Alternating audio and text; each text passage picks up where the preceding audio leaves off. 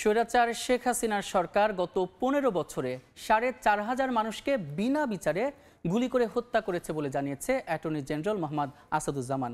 বিকেলে ঝিনাইদহের শৈলকুপায় বিতর্ক প্রতিযোগিতা অনুষ্ঠানে প্রধান অতিথির বক্তব্যে তিনি কথা বলেন।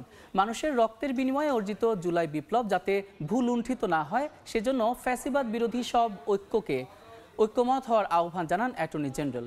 মেধা ও মনন মঞ্চ আয়োজিত বিতর্ক প্রতিযোগিতায় 7টি শিক্ষা প্রতিষ্ঠানের শিক্ষার্থীরা অংশ নেন। পরে বিজয়ীদের হাতে পুরস্কার তুলে দেন অ্যাটর্নি জেনারেল।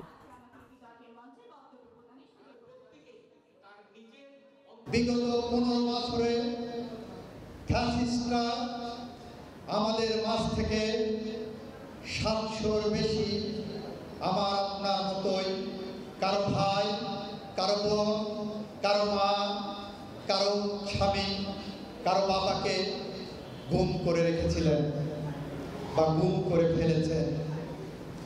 4,500-এর উপরে মানুষকে বিনা বিচারে গুলি করে হত্যা করা হয়েছে।